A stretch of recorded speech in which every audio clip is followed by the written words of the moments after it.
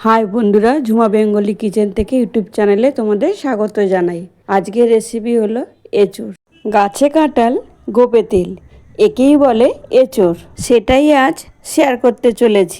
তোমরা কারা কারা এমনভাবে এঁচোড় খেতে ভালোবাসো কমেন্ট করে জানিও তো। 2 হাতে তেল লাগিয়ে কেটে ছাড়িয়ে ছোট ছোট করে টুকরো করে ফেললাম। এখন কড়াইতে গরম জল বসিয়ে এঁচোড়গুলো সব ঢেলে দিলাম। দিয়ে লবণ আর হলুদ দিয়ে 10 মিনিট নেড়েচেড়ে সিদ্ধ করে নিলাম। এখন এঁচোড়টা সিদ্ধ হয়ে গেছে, আমি ঢেলে নিলাম। এরপর কড়াইতে তেল দিয়ে সিদ্ধ করে রাখা এঁচোড়গুলো ভেজে নিলাম।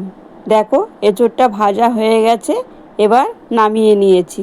তেল গরম হয়ে গেছে, এখন তেজপাতা দিলাম, দিয়ে কেটে রাখা আলুগুলো আমি ভেজে নেব।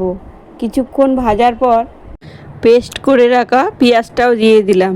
দিয়ে ভালো করে নেড়ে চেড়ে এখন লবণ ও হলুদ দিয়ে ভালো করে নেড়ে চেড়ে কষিয়ে নেব। এবার একটু লঙ্কার গুঁড়ো, পেস্ট করে রাখা টমেটো দিয়ে ভালো করে কষিয়ে নেব। এখন কিছুক্ষণের জন্য একটু ঢেকে দিলাম। এবার মশলার থেকে তেলও ছেড়ে দিয়েছে, একটু নেড়ে চেড়ে ভেজে রাখা এঁচোড়গুলো দিয়ে দিলাম।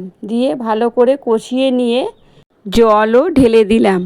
দিয়ে এখন ঝোল ফুটে গেছে, সামান্য একটু চিনি ও গরম মশলা দিয়ে নেড়ে চেড়ে নামিয়ে ফেললাম।